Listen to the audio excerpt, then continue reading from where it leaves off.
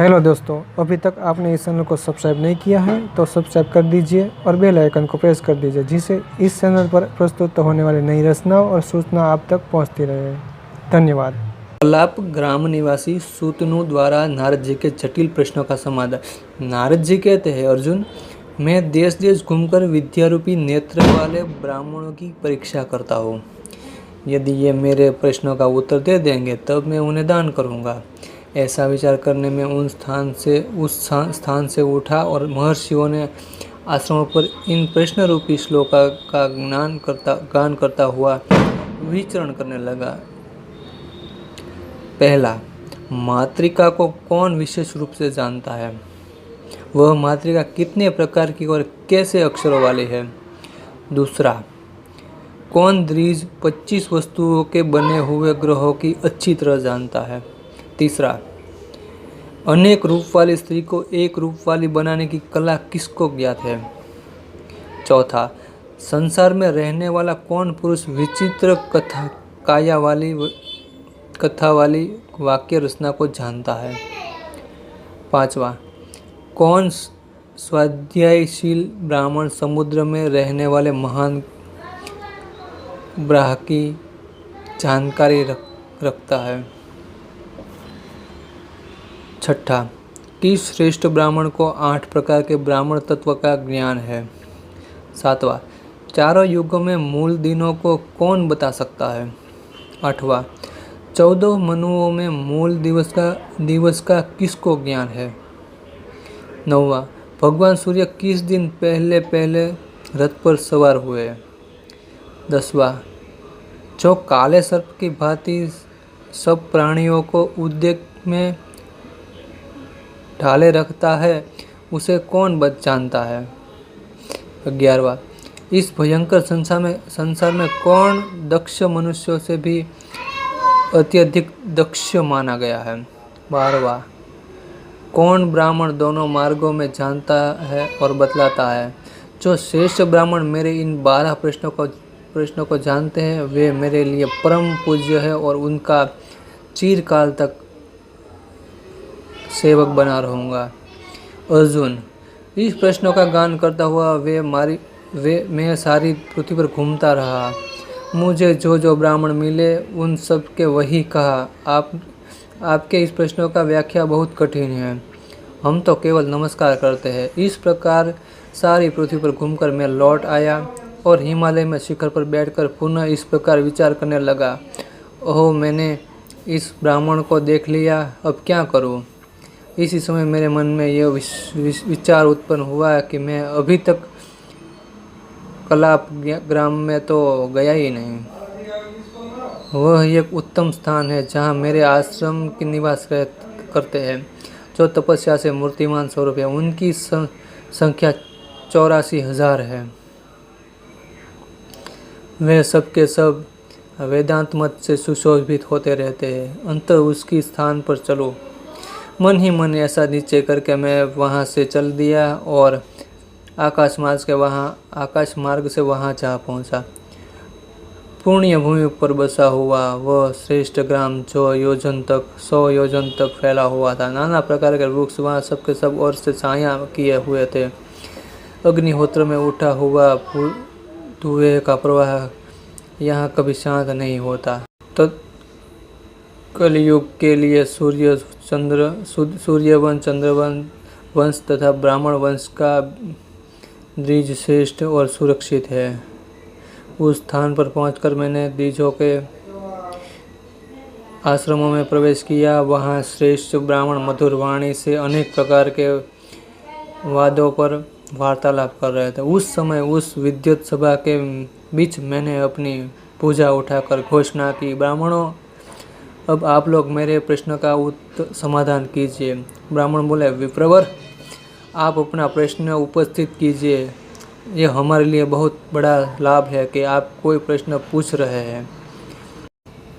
यहाँ के विद्वान ब्राह्मण पहले मैं उत्तर दूंगा ऐसा कहकर एक दूसरे को मना करने लगे। तब मैंने उनके सामने 12 प्रश्न उपस्थित किए। सुनकर वे मुनिवर उस प्रश्न को खिलवाड़ समझते हुए मुझसे कहने लगे, आपने तो प्रश्न तो बालकों के से है।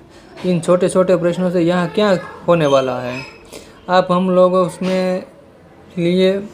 के लिए सबसे छोटा और ज्ञानहीन समझते हो।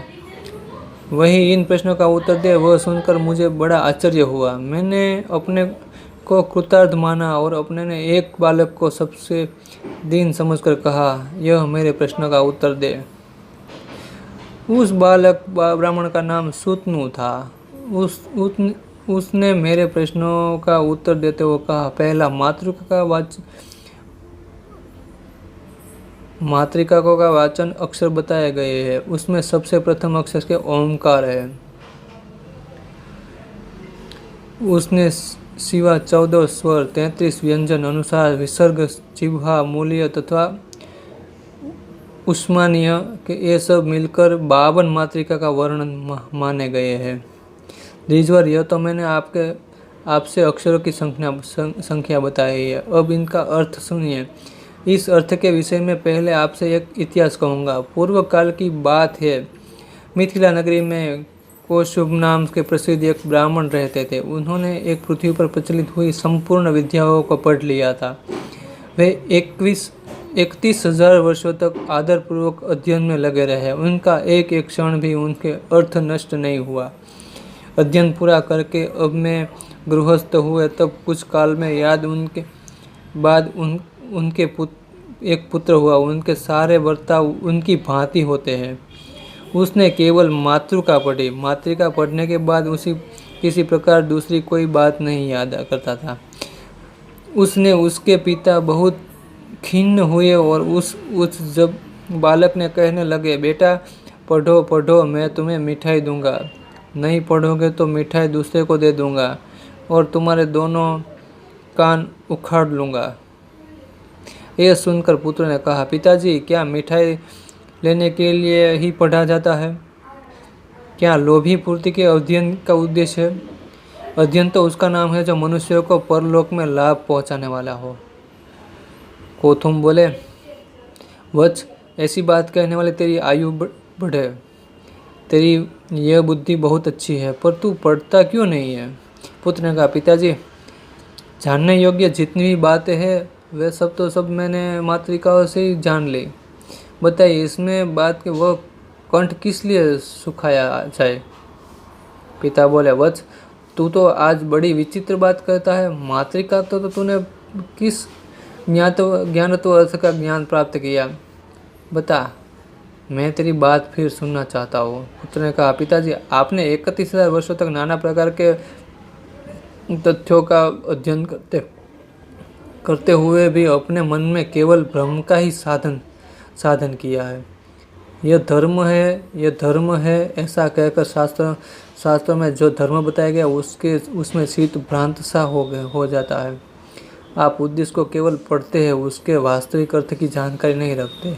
जो ब्राह्मण केवल पाठ मात्र करते हैं, अर्थ नहीं समझते, वे 2 पैर वाले पशु हैं। अंत में आपसे मोहनाशक वचन सुनाता हूँ। अकार ब्रह्मा कहे गए हैं, भगवान विष्णु उकार बताए गए हैं, मकार भगवान महेश्वर प्रतीक माना गया है। ये 3 गुणमय स्वरूप बताए गए हैं। ओमकार से मस्तक पर जो अनुस्वार रूप अर्धमात्रा है वह सर्वोच्च भगवान सदाशिव का प्रतीक है। यह है ओमकार की महिमा, जिसका वर्णन कोटि ग्रंथों द्वारा 10,000 वर्षों में भी नहीं किया जा सकता। पुनः जो मातृका का सार सर्वस्व बताया गया है उसे सुनिए। अकार से लेकर ओमकार तक जो 14 स्वर है वे 14 मनु स्वरूप है। स्वयंभू मनु, स्वारोचित, औतम, रैवत, सामत, चूठे, चाक्षुष, 7 में केवस्वत जो इन समय वर्तमान है, सावरणी, ब्रह्म सावरणी, रुद्र सावरणी, दक्ष सावरणी, धर्म सावरणी, रोच्य तथा मोच्य, ये 14 मनु है। श्वेत, पांडु, लोहित, ताम्र, पीत, कपिल, कृष्ण, श्याम, धूम्र, अधिक पिंगल, थोड़ा पिंगल, तिरंगा, बहुरंगा तथा कबरा, ये क्रमश 14 मनुओं के रंग है। पिताजी, वैवत्सक मनु रूह का स्वरूप है, उसका रंग काला बतलाया गया है। क से लेकर ह तक 33 देवता है। क से लेकर ठ तक तो 12 आदित्य माने गए हैं। ड से लेकर ब तक तो अक्षर है, वे 11 रुद्र है। म से लेकर य तक वह 8 मनु वसु माने गए हैं। स से लेकर ह ये दोनों अश्विनी कुमार बताए गए हैं। इस प्रकार में 33 देवता कहे गए हैं। पिताजी अनुसार विसर्ग, जिह्वामूल्य तथा उत्पानीय ये 4 अक्षर अनुराज, अंडज, स्वेदज और उद्दीज नामक 4 प्रकार के जीव बताए गए हैं। पिताजी ये भावार्थ बताया गया है कि अब तात्पर्य सुनिए। जो पुरुष इन देवताओं का आश्रय लेकर कर्मानुष्ठान तत्पर होते हैं वे ही अर्धमात्रा स्वरूप नित्य पद सदाशिव में लीन होते हैं। 4 प्रकार के जीवों में कोई भी मन, वाणी और क्रिया द्वारा इन देवताओं का भजन करता है तभी उसे मुक्ति प्राप्त होती है। जिस शास्त्र में पापी मनुष्यों के द्वारा ये देवता नहीं माने गए उस शास्त्र को यदि साक्षात ब्रह्मा जी भी कहे तो नहीं मानना चाहिए। ये सब देवता वैदिक मार्ग से सर्वत्र प्रतिष्ठित है। अंततः जो दुरात्मा इन देवताओं का उल्लंघन करते, तप, दान तथा जप करते हैं वो वायु प्रधान मार्ग में जाकर सर्दी में कांपते रहते हैं। अजितेंद्रिय मनुष्य को मोह की महिमा तो देखो, वे पापी मातृका पढ़ते परंतु इन देवताओं को नहीं मानते। सूतनु कहते हैं, पुत्र की यह बात सुनकर पिता को बड़ा विस्मय हुआ। उन्होंने और भी बहुत से प्रश्न पूछे। पुत्र ने भी उन प्रश्नों का अनुसार ठीक ठीक उत्तर दिया। मैंने भी उसी प्रकार तुम्हारी मातृका संबंधी उत्तम प्रश्न का समाधान किया। दूसरा, अब 25 वस्तुओं में बने हुए गृह्य संबंधी द्वितीय प्रश्न का उत्तर सुनिए। 5 महाभूत, 5 कर्मेंद्रिय, 5 ज्ञानेंद्रिय, 5 विषय, मन, बुद्धि, अहंकार और पुरुष, ये 25 तत्व है। 25वां तत्व पुरुष है जो सदाशिव स्वरूप है। इन 25 तत्वों में संपन्न हुआ ये शरीर ही घर कहलाता है। जो इन शरीर को इस प्रकार तत्व जानता है वो कल्याणमय परमात्मा को प्राप्त होता है। तीसरा, वेदांतवादी विद्वान बुद्धि को ही अनेक रूपों वाली स्त्री कहते हैं, क्योंकि वही नाना प्रकार के विषयों अथवा पदार्थों का सेवन करने से अनेक रूप ग्रहण करती है, किंतु अनेका रूप होने पर भी एकमात्र धर्म से संयोग से एक रूपा ही रहती है। जो इन तथ्यार्थ को जानता है वह धर्म का आश्रय लेने के कारण कभी नरक में नहीं जाता। चौथा, मुनियों ने जिसे नहीं कहा है वो वचन देवताओं की मान्यता नहीं स्वीकार करता, उसे विद्वानों ने विचित्र कथा से मुक्त संबंध कहा है, तथा जो काम युक्त वचन दे वही इसी श्रेणी में है। ऐसा सुनने और मानने योग्य नहीं है। वास्तव में ये बंधन ही है। पांचवा, अब 5वें प्रश्न का समाधान सुनिए। एकमात्र लोभी एक संसार में समुद्र के भीतर महान ग्राह्य है। लोभ से पाप से प्रवृत्ति होती है, लोभ से क्रोध प्रकट होता है, लोभ से कामना होती है, लोभ से ही मोह, माया, अभिमान, दंभ, दूसरे के धन की स्पृहा, अविद्या और मूर्खता होती है। यह सब कुछ लोभ से ही उत्पन्न होता है। दूसरे के धन का अपहरण, पराई स्त्री के साथ बलात्कार, सब प्रकार के दुस्साहस का प्रवृत्ति तथा न करने योग्य कार्यों का अनुष्ठान ही लोभ की ही प्रेरणा होती है। अपने मन को जीतने वाले संयमी पुण्य को उचित है कि यह अपने लोभ को मोह सहित जीते। जो लोभी और अजीत आत्मा है वो उन्हीं को दंभ, द्रोह, निंदा, चुगली व दूसरों को डाह, ये सब दुर्गुण प्रकट होते हैं। जो बड़े बड़े शास्त्रों में याद रखते हैं कि और दूसरों की शंकाओं का निवारण करते हैं, ऐसे बहुत विद्वान भी लोग के वशीभूत होकर नीचे गिर जाते हैं। लोभ और क्रोध से आसक्त मनुष्य सदाचार से दूर हो जाता है। उसका अंतःकरण सूर्य के समान तीखा होता है, परंतु ऊपर से वे मीठी बातें करते हैं। तो ऐसे लोग तिनकों के ढके हुए कुएं के समान भयंकर होता है। यही लोग केवल युक्तिवाद का सहारा लेकर अनेकों पंथ चलाते हैं। लोभवश मनुष्य समस्त धर्म मार्गों का लोभ कर देते हैं। लोभ से ही कुटुंबी अनों के प्रति निष्ठुरता पूर्णक बर्ताव करते हैं। कितने ही नीच मनुष्य लोभवश धर्म को अपना बाह्य आभूषण बना धर्म ध्वजी होकर जगत को लूटते हैं। ये सदा लोभ से डूबे रहने वाला महान पापी है। राजा जनक, युवनारश्व, बृहदर्शि, पुच्छजित और भी बहुत से राजा लोभ का नाश करने के स्वर्ग लोक में गए थे। इसलिए जो लोग लोभ का परित्याग करते हैं वो ही इस संसार में समुद्र को पार कर जाते हैं। इसके भिन्न लोभी मनुष्य ग्राह के चंगुल में ही ऐसे फंसे हुए हैं जिसके संशय नहीं है। अब आप ब्राह्मण के 8 वेदों का वर्णन सुने। मात्र ब्राह्मण, श्रोत्रिय, अनुष्चाय, भ्रूण, ऋषिकल्प, ऋषि और मुनि, ये 8 प्रकार के ब्राह्मण श्रुति में पहले बताए गए हैं। इनमें विद्या और सदाचार की विशेषताएं पूर्व की अपेक्षा उत्तरोत्तर श्रेष्ठ है। जिसका जन्म मात्र ब्राह्मण कुल में हुआ है वह जब जाति मात्र से ब्राह्मण होकर जाति शोणित उपनयन संस्कार तथा वैदिक कर्मों से हीन रह जाता है उन सबको मात्र ऐसा ही कहते हैं। जो एक उद्देश्य को त्याग कर व्यक्तिगत स्वार्थ की उपेक्षा करने वैदिक आचार का पालन करता है, खरल, एकांतिक, प्रिय, सत्यवादी तथा दयालु है, उसे ब्राह्मण कहा जाता है। जो वेद की किसी और शाखा को कल्प और छंदों अष्टांग सहित पढ़कर ब्राह्मणोचित 6 कर्मों के संलग्न रहता है वह धर्म के प्रिय आश्रित कहलाता है। जो वेदों और वेदांगों का तत्वज्ञ, पाप रहित, शुद्धचित और श्रेष्ठ ओत्रीय विद्यार्थियों के पढ़ाने योग्य ही विद्वान है, यह अनुचान माना गया है।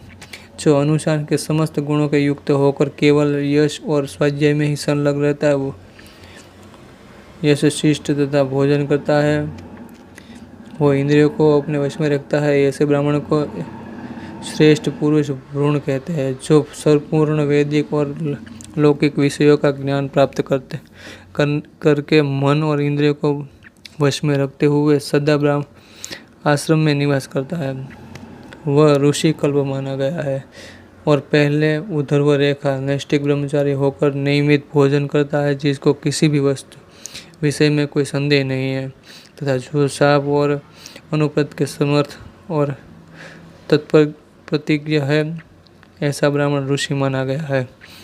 जो निवृत्ति मार्ग से स्थित संपूर्ण तत्वों के ज्ञाता, क्रांत क्रोध से रहित, ध्यान निष्क्रिय, जितेंद्रिय तथा मीठी और सुवर्ण समान समझने वाला है, ऐसे ब्राह्मण को मुनि कहते हैं। इस प्रकार वंश, क्रिया और कृत सदाचार के ऊंचे उठे समान ब्राह्मण त्रिशुंग कहलाते हैं। वे ही यश आदि में पूजे जाते हैं।